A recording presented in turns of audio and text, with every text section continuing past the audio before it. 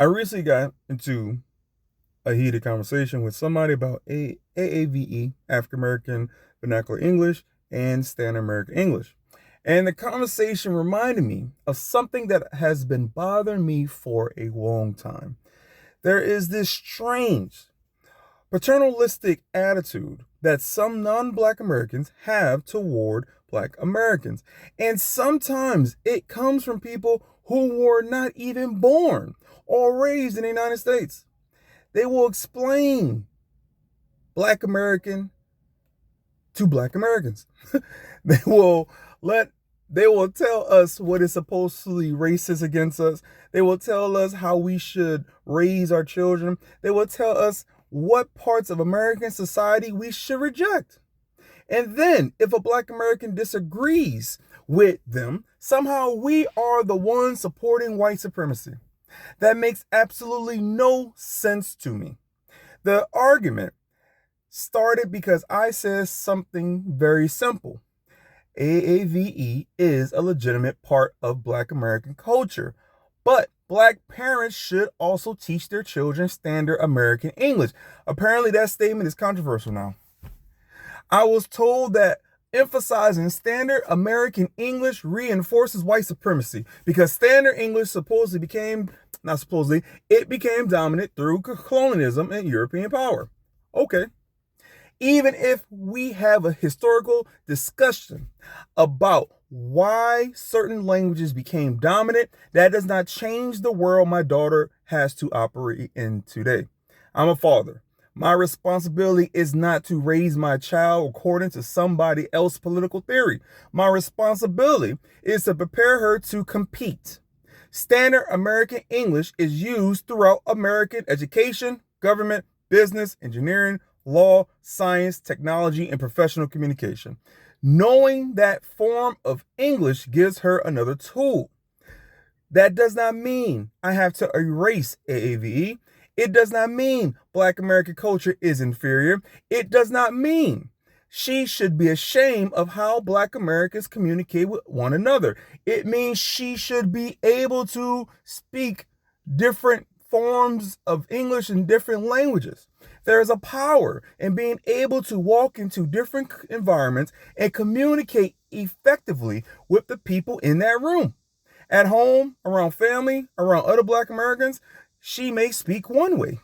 During a job interview, academic presentation, business negotiation, or professional meeting, she may speak another way. That is not oppression. That's versatility. And this is where the hypocrisy gets interesting. People all across the world study standard English precisely because they understand its economic value. Koreans study English. Japanese study English.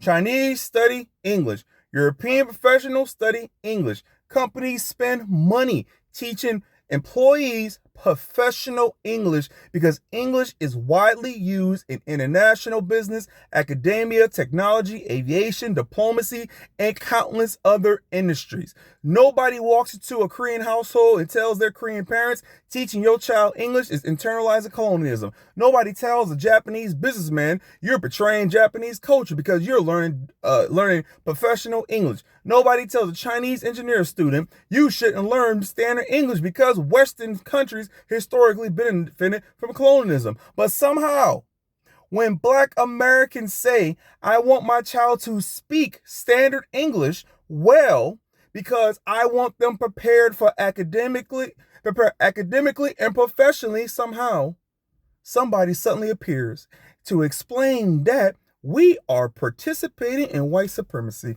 No, you don't get to do that. And this is where what looks like anti-racism can become another form of parentalism.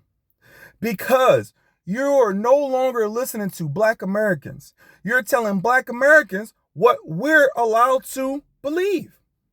You're telling us what we're allowed to teach our children. You're deciding what is authentically Black. And if we don't agree with your political interpretation of our own culture, you start to questioning our blackness or accusing us of supporting racism. How is that empowering black people?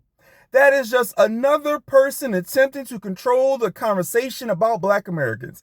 I am perfectly capable of understanding what AAVE has culturally and linguistically value, while also understanding that standard American English has enormous practical value. Those are two ideas are not contradictory. Black Americans have always adapted.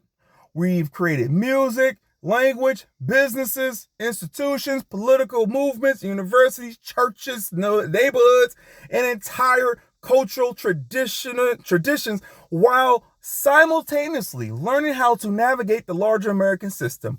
That ability to operate in multiple worlds is part of our history. What I reject is the idea that preparing black children to compete somehow means surrendering black culture. My goal isn't assimilation for the sake of making somebody else comfortable. My goal is capability. I want black children who can understand AVE, speak standard American English, learn another language if they want, understand technology, understand finance, understand business, understand science, and walk into any room knowing they belong there.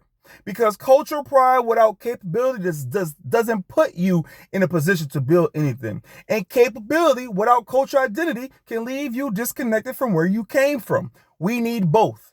So yes, preserve Black American English vernacular, study its history, understand where it came from, appreciate the creativity Black Americans have contributed to the American English, but also teach our children how to write a professional email, how to conduct an interview, how to give a presentation, how to speak to executives, how to communicate academically, how to negotiate, how to move comfortably between different social and professional environments. That's not white supremacy. That's raising capable Black children. And I especially don't need somebody from outside the Black American community riding in like a savior to tell us that giving our children more tools somehow makes us less Black.